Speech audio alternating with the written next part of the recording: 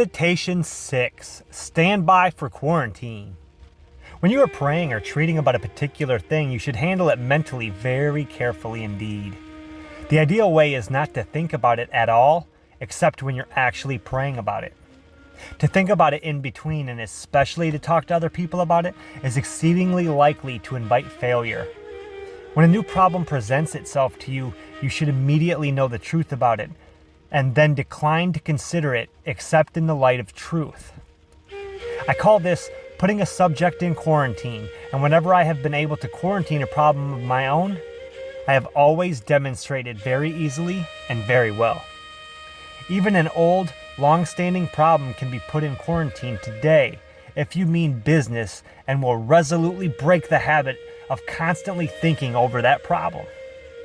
Everyone knows that a photographer must not expose unfixed film to daylight if he wants to get results. Everyone knows how careful a chemist is to isolate or quarantine his materials in the laboratory, since the slightest contamination of one chemical by another will probably ruin any experiment.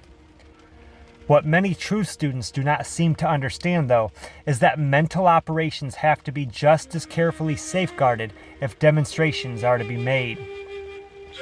That is why Jesus told people once he healed them to go forth and sin no more and tell nobody about it. Whenever you think about any subject, you are treating it with your thoughts, whether for good or for evil.